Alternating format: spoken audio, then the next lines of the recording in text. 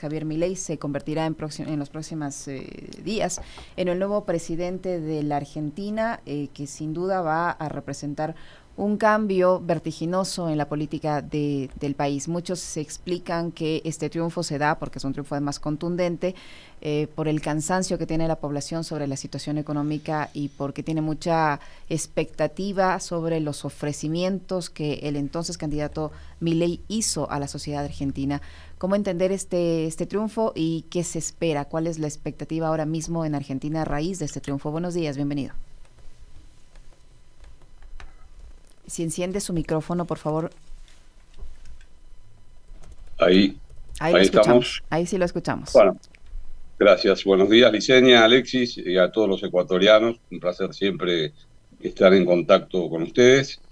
Bueno, se ha producido una de las posibilidades que efectivamente ya desde la elección del 21, la elección de medio término, que fue una derrota política del gobierno en su momento, venía barajándose. Hay varias, es multicausal, como todas estas cuestiones, no hay un solo punto para mencionar aisladamente.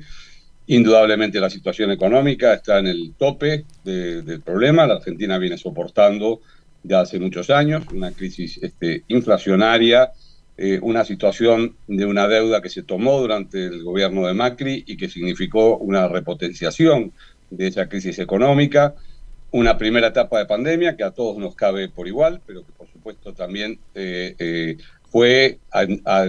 obligó al Estado a tener una lógica de intervención aún mayor. En la Argentina el Estado tuvo una intervención muy fuerte durante la pandemia, una sequía muy grande que significó que la capacidad de reserva en dólares fuera disminuyendo y, por supuesto, como corresponde, una gran cadena de errores políticos, de peleas internas y de poca capacidad de resolver los problemas reales y de empatizar con lo que pasaba, que no tiene que ver, como muchos dicen, sí tiene que ver en un fragmento, pero no con gente que, por ejemplo, que ha votado a la dictadura militar, aunque haya personeros de la dictadura militar o apologistas de la dictadura militar o negacionistas enancados en este proceso, que yo creo tiene más que ver con causas objetivas, es decir, con la aparición de un personaje disruptivo por fuera de los partidos tradicionales, que llamó casta al conjunto de los partidos tradicionales, pero que en esta última etapa de la campaña de la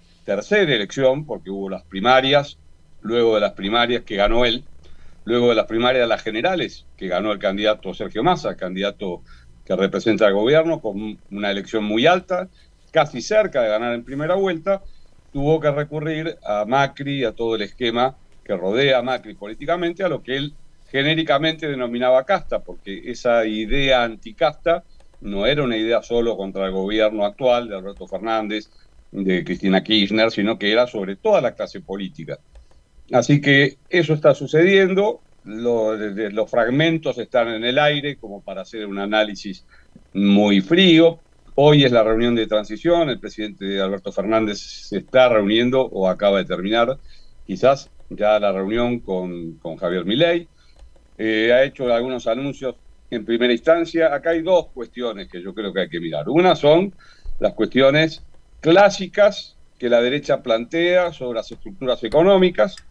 Una de ellas tiene que ver, por ejemplo, con la privatización de los yacimientos petrolíferos fiscales, cosa que ya se hizo en la época de Menem en su momento, y que, recordemos, el gobierno de Cristina Fernández de Kirchner había recuperado.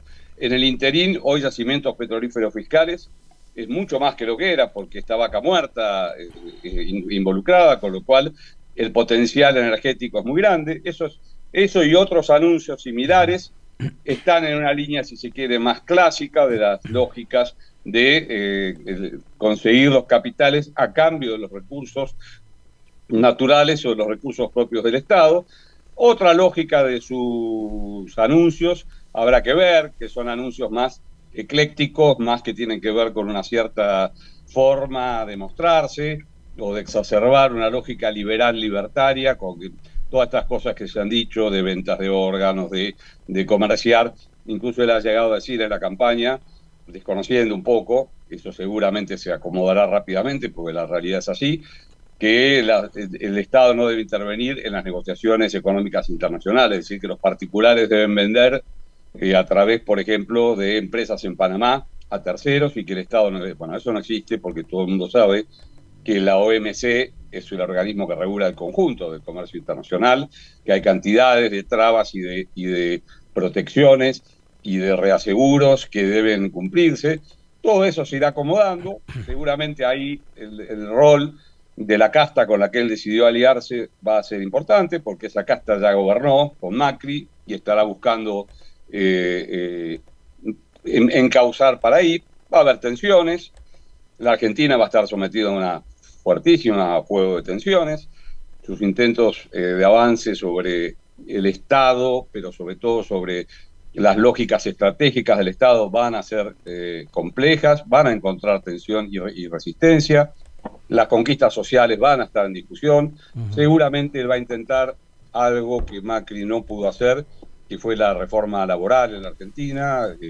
La Argentina tiene un sistema de protección laboral muy fuerte que viene del primer peronismo, que ni las dictaduras sucesivas pudieron desmantelar y que sí fue un intento que no pudo cumplirse en la época de Macri.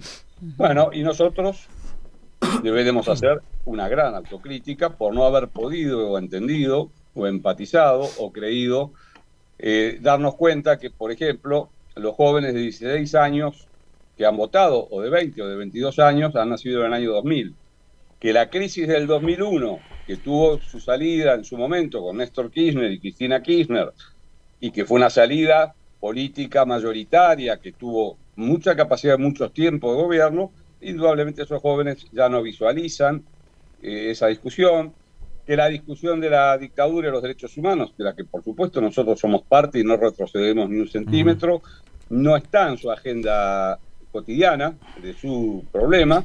No quiere decir que hay que abandonarla, lo que quiere decir es que es parte. Yo decía al principio, por ejemplo, conversaba con algunos compañeros el otro día, él sacó muchos votos en la base Marambio en la Antártida, que es una base militar. Y entonces, esos votos no son votos a la dictadura militar, aunque sean votos a un candidato que lleva adentro a su vicepresidenta, que es una reivindicadora de la dictadura militar. Son votos de jóvenes que han votado así transversalmente. Y entonces también han afectado. Son jóvenes de 20 y tantos años, 30 años, que también tienen y están buscando una alternativa. Hay que ser respetuoso de eso, saber que lo que viene es difícil, no tengo la menor duda al respecto, pero bueno, veremos los anuncios a corto plazo. Ya empezaron una secuencia de anuncios, lo de YPF ya está anunciado, medios públicos, la desaparición de los medios públicos también, etcétera. Gabriel, qué gusto saludarle, aunque sea a la distancia, un fuerte abrazo. Igualmente. A ver, hay algo que a mí me genera inquietud. Un tramo del discurso del domingo anterior, cuando Milei ya se proclamaba como ganador, fue: no hay lugar para el gradualismo, la tibieza ni medias tintas. Es decir, vienen medidas de shock, seguramente. Una de ellas, y que preocupa, y que nosotros, digamos, en un principio la vivimos y fue una experiencia realmente traumática, al principio, después ya podemos hablar sobre los beneficios que tiene, y es la dolarización. ¿Cuánta expectativa puede generar en los mercados, en la misma clase política, trabajadora, empresarial, ir hacia un proceso de dolarización? ¿Y qué tanto apoyo podría tener del gobierno de los Estados Unidos? Y si la Reserva Federal de los Estados Unidos estaría en capacidad de apoyar ese proyecto de Milei. Bueno, Milei ha dicho eso y después ha dicho cosas distintas. Y muchos de los economistas que lo rodean han hablado de generar las condiciones y después han hablado de 18, 24 meses. Es decir, es como una zona muy difusa todavía, porque como ustedes saben y como sucedió en Ecuador, que fue muy traumático, hace falta conseguir un volumen de dólares que permita transformar. Habrá que ver, quizás lo que vaya haciendo es desgastando más al peso durante un periodo y transformando el peso en una moneda cada vez más irrisoria. Ya sabemos que el peso argentino tiene una capacidad escasa. Muchas de las transacciones, incluyendo los alquileres, que son acuerdos casi siempre entre particulares, urbanos, se hacen fijando, aunque la ley dice exactamente lo contrario, fijando normas así. Quizás empiece a abrirse. No veo yo cómo en lo inmediato lo van a resolver. Insisto que muchos economistas han planteado que esto es altamente complejo. Él lo ha dicho en su momento, y también hay una zona de confusión en la población, porque como acá, claro, ustedes recordarán, Cavallo gobernó, fue ministro de 2 gobiernos alternativos, y donde un peso equivalía a $1, y muchos sectores tienen ese mensaje de que lo que pasaría entonces es que si hoy gano 1.000 pesos, pasaría a ganar $1.000. Bueno, 1.000 pesos es lo que vale $1 hoy, y es mucho más todavía lo que va a valer $1 cuando se produzca este fenómeno. Con lo cual lo que va a haber es una caída de los ingresos de la población. Quizás, por supuesto, lo de YPF no es menor, insisto, está vaca muerta en el medio. La Argentina tiene para esta etapa mejores condiciones, no peores condiciones desde el punto de vista económico, porque a la gran sequía que sacudió estructuralmente los 2 últimos años y nos hizo perder 20 y tantos mil millones de dólares, producto de eso, esa sequía no está en este momento. La situación energética con la terminación de los gasoductos, el gasoducto específicamente el de Vaca Muerta, debería mejorar. Hay muchas lógicas inmediatas, por supuesto, el valor del litio en el mercado internacional. La Argentina tiene litio, es uno de los principales que está en condiciones de ofrecer eso en el mercado internacional. Veremos cómo se desarrolla. Él ha sido asertivo en plantear la dolarización. Los caminos para la dolarización son materia de discusión incluso entre sus propios economistas. Tendrá que cumplir de alguna manera, porque él ha logrado con su disrupción transformar esta elección en una elección muy mayoritaria con la votación a su favor. Quiero decir acá que muchos sabíamos que era muy posible este resultado, que nuestro candidato Sergio Massa y Agustín Rossi hicieron un gran esfuerzo, es decir, no es atribuible a los candidatos lo que sucedió, sino a las causas estructurales a las que yo estaba haciendo mención. Y también al haber tenido durante 4 años un gobierno que se fue desgastando en muchas disputas internas, realmente sin entender o empatizar con esa crisis sistemática que golpeaba abajo, que golpeaba a los sectores más vulnerables, que golpeaba a la juventud. Estuvo encerrada 2 años. Esto ha pasado en todos los países, no es un problema argentino, pero también hay que entender que eso produce un cambio cultural. La idea de la libertad después del encierro afecta. Por eso digo, es multicausal lo que ha pasado. Veremos. Por otro lado, es parte de una corriente mundial. Al margen de las características peculiares que él tiene, acá hemos visto a Bolsonaro, hemos visto a Kast, hemos visto Vox en España, Trump. Hemos visto estos fenómenos políticos. No sé si era exactamente el mismo, el caso, este empresario que preconizaba el uso de armas en la elección, Topic. En Ecuador, que es distinto, cada caso es distinto. Bueno, vamos a ver en este momento cómo se produce. El triunfo es absolutamente legítimo desde el punto de vista electoral, no hay ningún tipo de cuestión. Hay que hacer una transición ordenada y prepararse. Él no tiene mayoría en las cámaras de ninguna manera, la mayoría está en manos de distintos sectores ahora, porque habrá que ver también los distintos reagrupamientos que se producen en lo que era Juntos por el Cambio. Juntos por el Cambio está constituido por el Partido Radical, la Unión Cívica Radical, un partido centenario que ha atravesado muchas crisis también en la última etapa.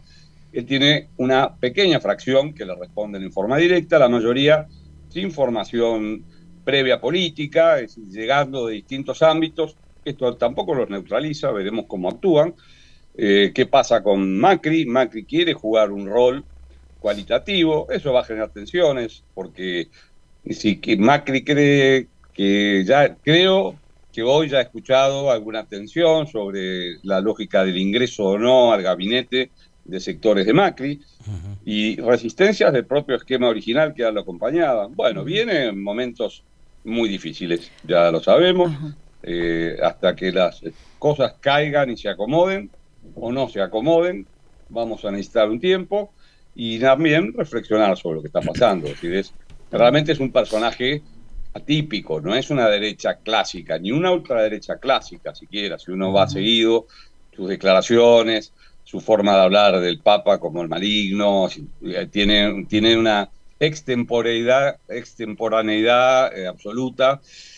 que, bueno, veremos cómo se acomoda Ujú. cuando tenga que efectivamente gobernar y cumplir cotidianamente con las cosas que él mismo ha prometido, ¿no?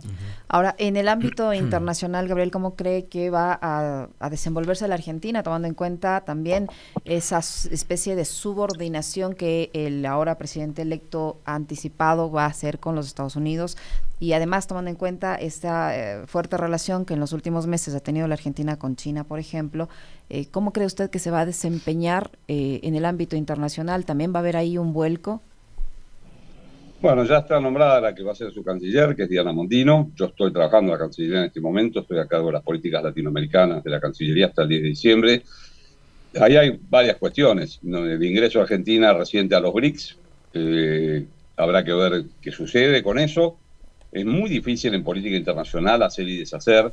La idea de que nuestros dos principales socios comerciales, Lula, él ha hablado mal directamente de la figura de Lula, no de la relación con Brasil, y ha hablado de este mecanismo de que los privados pueden negociar. Ustedes saben que en un mecanismo de integración como es el Mercosur hay cantidad de normas, acuerdos, preacuerdos que deben discutirse, situaciones que regulan el ingreso de un mercado al otro. No sé cómo lo va a resolver. Con China es nuestro segundo socio comercial. El alineamiento con Estados Unidos es una fase extemporánea. La Argentina no tiene un enfrentamiento con Estados Unidos, ni con nadie. La Argentina lo que tiene es un mercado, su inserción internacional es diversificada con la región, con Estados Unidos, con China. Ha ido creciendo la relación con China.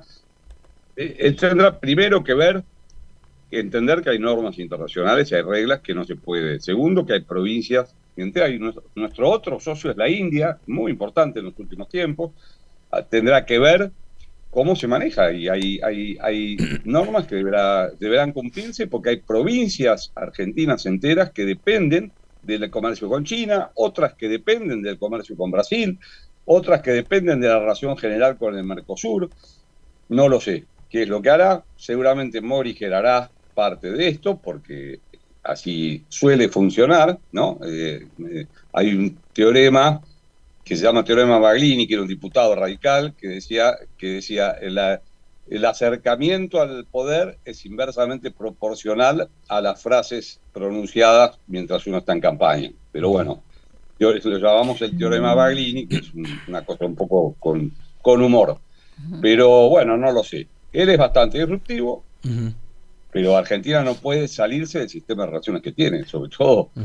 Puede salir, puede modificar, él puede cambiar y abrir nuevas líneas, pero no puede romper con los socios comerciales en primera instancia o mandar a los privados a comerciar vía trading en Panamá. Eso no va a ser posible. Volviendo nuevamente a la política interna y a las propuestas de Milei, Gabriel. Él hablaba, por ejemplo, de suprimir o de eliminar varias carteras de Estado, por eso también mucho temor de sectores sociales con respecto de lo que podría pasar con políticas públicas que se enfocan, por ejemplo, en fortalecer la educación pública, la salud pública, la seguridad social y demás. Por un lado, la supresión de carteras de Estado, de ministerios. Por otro, lo regresivo que podría resultar este proyecto político en materia de derechos. Hablemos de el caso del aborto, por ejemplo, matrimonio igualitario, derechos de las minorías, etcétera, etcétera.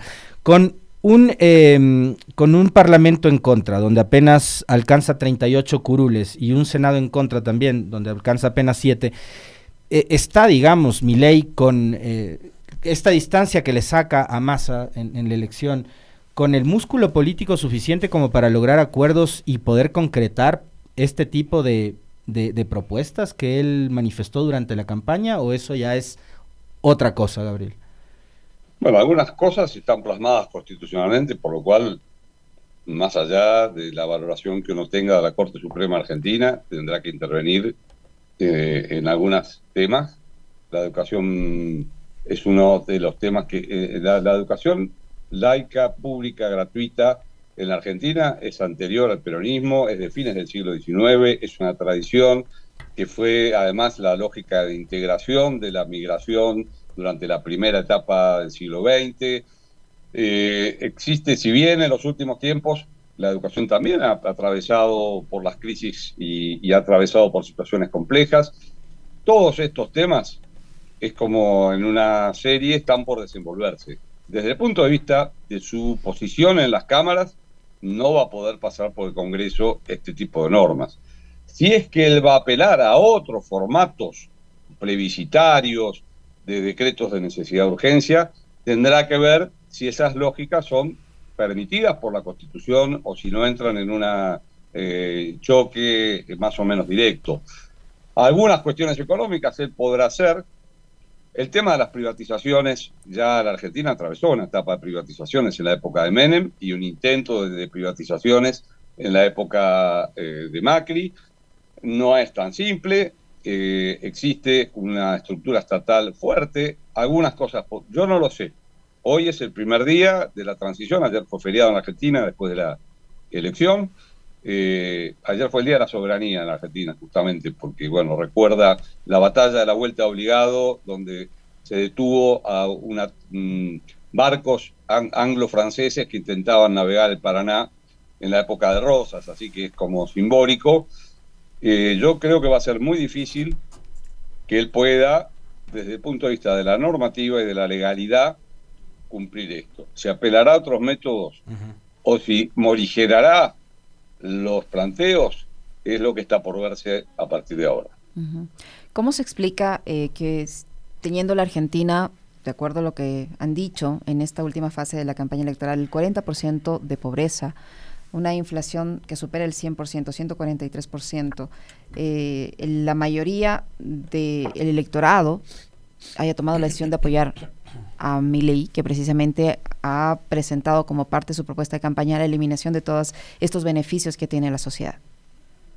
Porque hay un agotamiento, porque un país que se sostiene con 140% de inflación, y eso fue este gobierno, aunque viene todo es explicable en el pasado reciente, la deuda enorme que se tomó durante la etapa de Macri, la pandemia, la sequía, pero lo cierto es que la cara del 140% de inflación fue nuestro gobierno. Entonces, es bastante lógico de entender que y hay un agotamiento, matizado también, insisto, con una lógica de un gobierno que no se mostró lo suficientemente unido para enfrentar las crisis, aunque tuvo políticas públicas importantes y acertadas.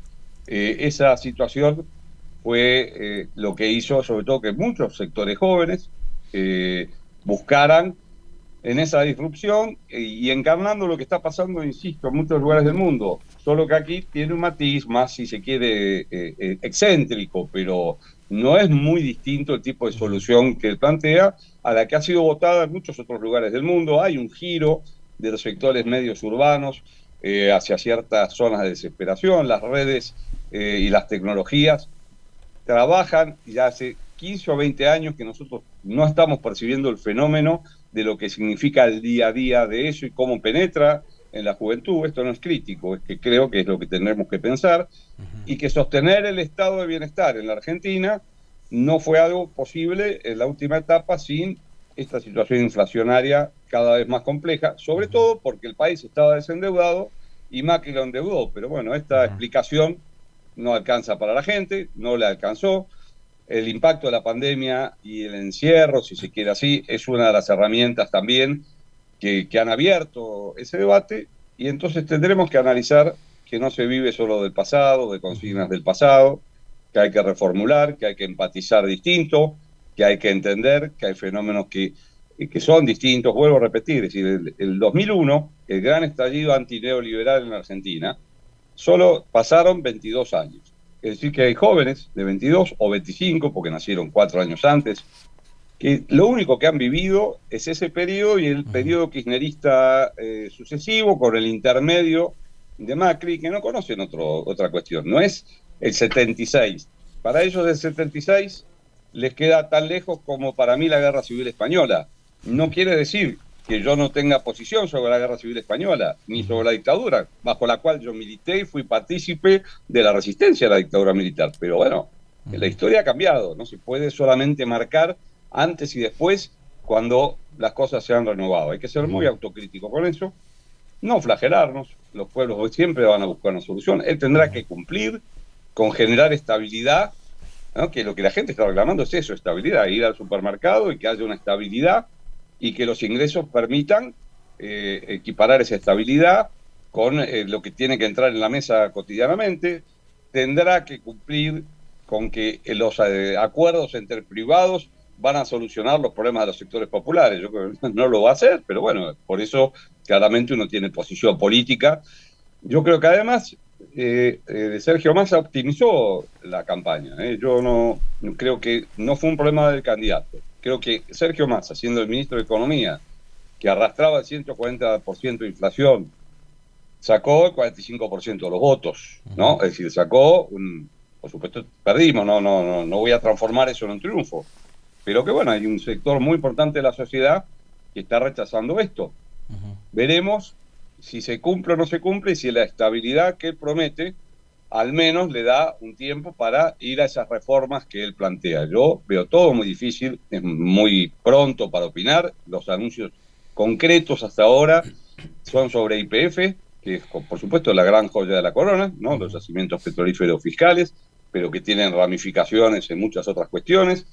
Recordemos, insisto, está Vaca Muerta, uno de los principales yacimientos potenciales, con un valor tremendo. Así que bueno, iremos viendo cómo se desarrolla todo esto, ¿no?